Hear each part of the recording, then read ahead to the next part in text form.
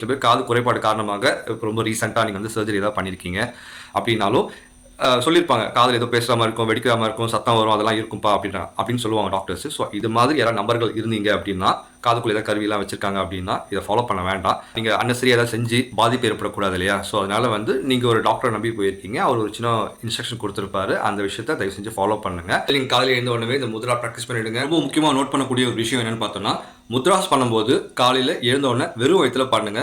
எதுவும் coffee tea குடிக்கிறதுக்கு முன்னாடி இந்த முதிரைகளை ப்ராக்டிஸ் பண்ணுங்க. இந்த ஃபிசிக்கல் எக்ஸசைஸ், இந்த தலை ரொட்டேஷன் பண்ணக்கூடிய ஃபிசிக்கல் எக்ஸசைஸ் பண்ணிடுங்க. எது மாதிரியான ஃபுட்டெல்லாம் எடுத்துக்கலாம்னு பார்த்தோம்னா, நீர் சத்து மிகுந்த காய்கறிகளை உணவோட சேர்த்துக்கோங்க. அது நீங்கள் பச்சையாக சாப்பிட்டாலும் சரி, இல்லாட்டா நீங்கள் உணவோட நீங்கள் அது பொரியலாக சாப்பிட்டாலும் சரி. லைக் இந்த வெண்பூசணி, புடலங்காய், இந்த மாதிரியான காய்கறிகளை உணவில் சேர்த்துக்கோங்க.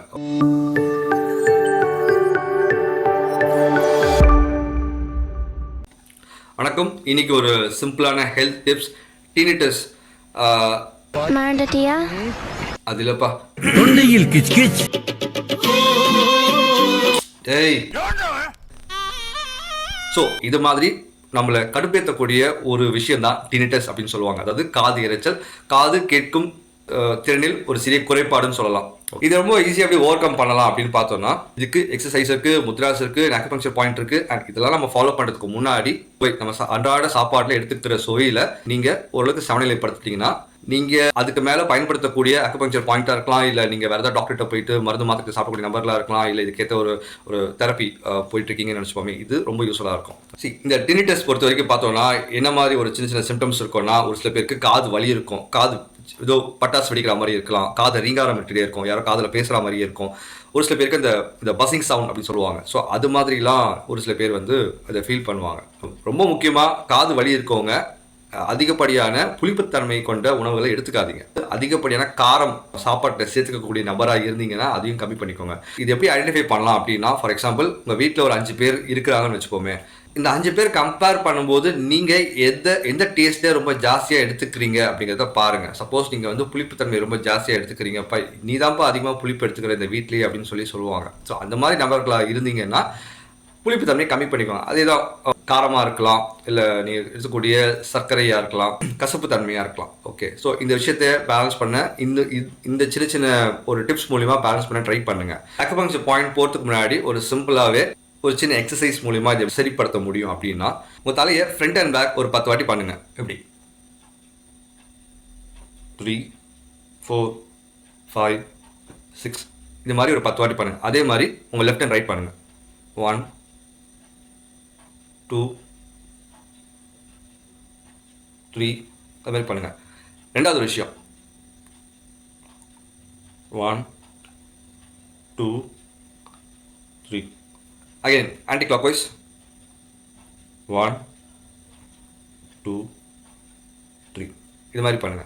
இந்த ஒரு மூமெண்ட் மட்டும் இப்போ செஞ்ச எல்லா ஸ்டெப்ஸுமே ரொம்ப ஸ்லோவாகவே பண்ணுங்க. ஓகேங்களா? கழுத்தில் எதுவும் பாதிப்பு ஏற்படாமல் பார்த்துக்கோங்க. ரொம்ப பொறுமையாக பண்ணுங்க, நிதானமாக பண்ணுங்க. ஓகே, இப்போ சொல்லக்கூடிய ஸ்டெப்ஸு கட்டாயம் நீங்கள் ஸ்லோவாக தான் பண்ணி ஆகணும். ஏன்னா கட்டாயம் ஒரு சில பேருக்கு ரொம்ப ஸ்டிஃப்னஸ் இருக்குது கழுத்தில், அப்படின்னா பெயின் ஜாஸ்தியாக வரும். ஓகேங்களா? அதனால ரொம்ப ஸ்லோவாக பண்ணுங்கள். ஸ்லோவாக திரும்புங்க, இந்த ஃபுல் ஸ்ட்ரெச் கொடுத்துக்கோங்க. இந்த பக்கமாக பொறுமையாக மேலே பாருங்கள்,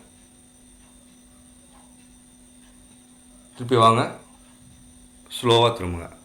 அதே மாதிரி உங்களோட லெஃப்ட் ஹேண்ட் சைடில் ஸ்லோவாக மேலே பாருங்கள், திருப்பி கொண்டு வாங்க, திருப்பி பண்ணுங்க. ரொம்ப ஸ்லோவாக உங்களை நோக்கி இழுக்கணும். ஓகே, ரொம்ப அழுத்திடாதீங்க.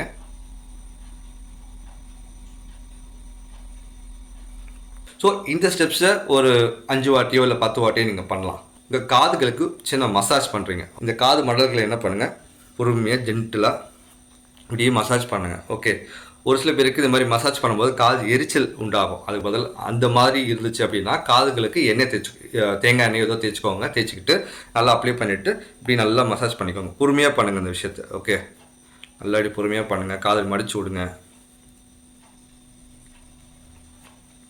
ஓகே, அக்குபங்க்சர் பாயிண்ட் பொறுத்த வரைக்கும் TW21 SI19 GB2 அப்படிங்கிற ஒரு 3 அக்குபங்க்சர் பாயிண்ட்ஸ் இருக்குது. என்ன பண்ணுங்கள், இந்த மிடில் ஃபிங்கர் இருக்குல்ல, இந்த அளவுக்கும் இந்த இடத்துல கை வைங்க. ஓகே, இங்கே வைக்கும்போது வாயை வந்து ஓப்பன் பண்ணிங்க அப்படின்னா இந்த இடத்துல சின்ன குழி மாதிரி ஏற்படும்.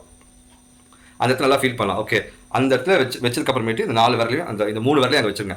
அதே மாதிரி இந்த இடத்துல வச்சுக்கோங்க. ஓகே, ஜென்டலாக ரொம்ப மெருதுவாக அழுத்துங்க. ஒரு 1 நிமிஷம் இல்லை ஒரு 60 வாட்டி இது மாதிரி அழுத்துங்க.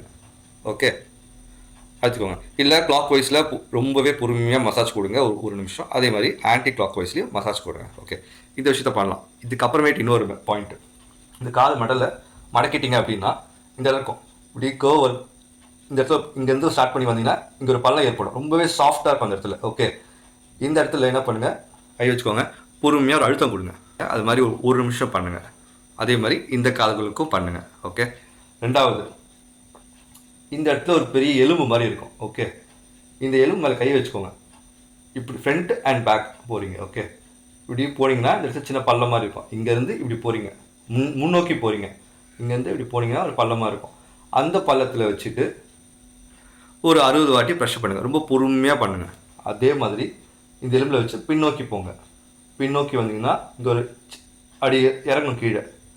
அந்த இடத்துல வச்சுட்டும் ஒரு 60 வாட்டி ப்ரெஷர் பண்ணுங்கள். ஓகே, ஒருவேளை உங்கள் காதுகளுக்கு சர்ஜரிலாம் பண்ணியிருக்காங்க அப்படின்னா இந்த விஷயத்தை பண்ணாதீங்க. ஃபார் எக்ஸாம்பிள், ஒரு சில பேர் காது குறைபாடு காரணமாக இப்போ ரொம்ப ரீசெண்டாக நீங்கள் வந்து சர்ஜரி ஏதாவது பண்ணியிருக்கீங்க அப்படின்னாலும் சொல்லியிருப்பாங்க, காதில் ஏதோ பேசுகிற மாதிரி இருக்கும், வெடிக்கிற மாதிரி இருக்கும், சத்தம் வரும், அதெல்லாம் இருக்கும்ப்பா அப்படின்னு சொல்லுவாங்க டாக்டர்ஸ். ஸோ இது மாதிரி யாராவது நம்பர்கள் இருந்தீங்க அப்படின்னா, காதுக்குள்ளே ஏதாவது கருவிலாம் வச்சுருக்காங்க அப்படின்னா இதை ஃபாலோ பண்ண வேண்டாம். ஓகே, ஏன்னா நீங்கள் அன்னசரியாக ஏதாவது செஞ்சு பாதிப்பு ஏற்படக்கூடாது இல்லையா? ஸோ அதனால் வந்து நீங்கள் ஒரு டாக்டரை நம்பி போயிருக்கீங்க, அவர் ஒரு சின்ன இன்ஸ்ட்ரக்ஷன் கொடுத்துருப்பாரு, அந்த விஷயத்தை தயவு செஞ்சு ஃபாலோ பண்ணுங்கள்.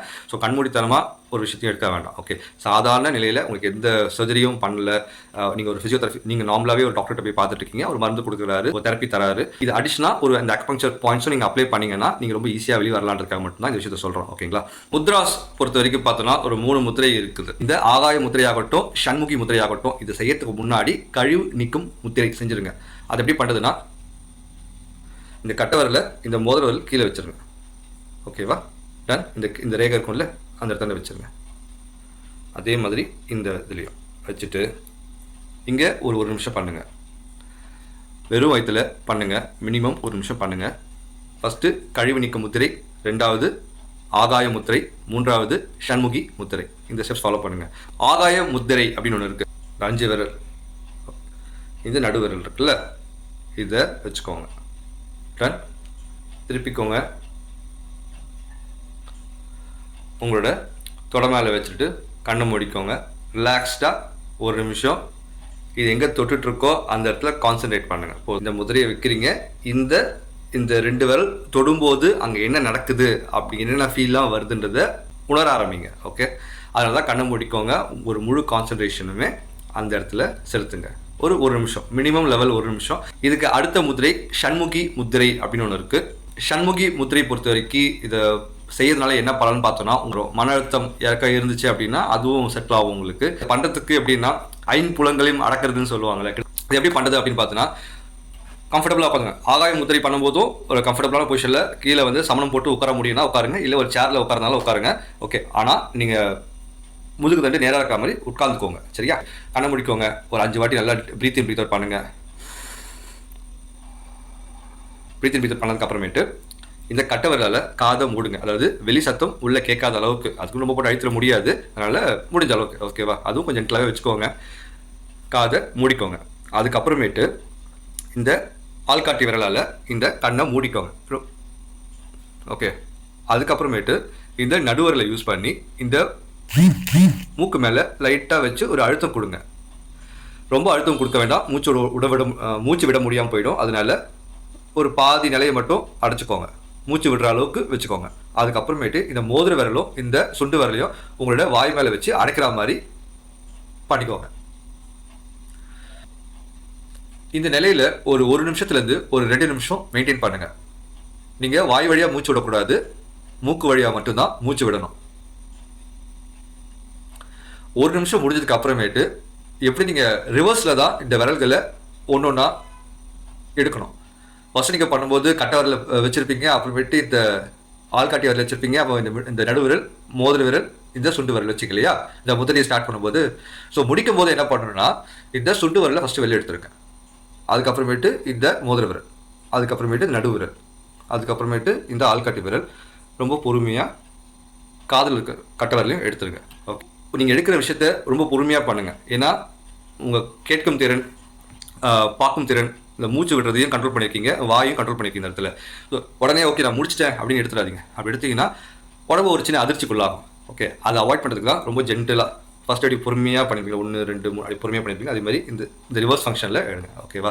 இது உங்கள் மன அழுத்தத்தை போக்கும். 2வது, உங்கள் காது குறைபாடுகள் ஏதாச்சும் இருந்துச்சுன்னா கூட இது சரி செய்யும். ஓகே, ஸோ ஃபைனலாக ஒரு சின்ன கன்க்ளூஷன். இதை எப்படி நீங்கள் ஃபாலோ பண்ண போகிறீங்கன்னா, காலையில் எழுந்துக்கோங்க, கழிவு நீக்க முதிரை பண்ணிவிடுங்க, ஆகாய முத்திரை, சண்முகி முதிரை பண்ணுறங்க. அதுக்கப்புறமேட்டு இந்த எக்ஸசைஸ் பண்ணுங்கள். இந்த வீடியோ முன்னாடி சொல்லி கொடுத்துருப்பேன், இந்த எக்ஸசைஸ் பண்ணுங்கள். அதுக்கப்புறமேட்டு இந்த அக்குபங்க்சர் பாயிண்ட் யூஸ் பண்ணுங்கள். இது ரொம்ப ரொம்ப எஃபெக்டிவாக இருக்கும். அண்ட் டெஃபினட்டாக நீங்கள் இந்த காது இரைச்சல்லேருந்து கட்டாயம் விடுபடுவீங்க நம்புகிறேன். முயற்சி செய்யுங்கள். நன்றி.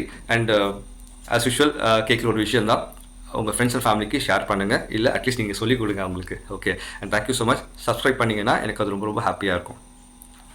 நன்றி.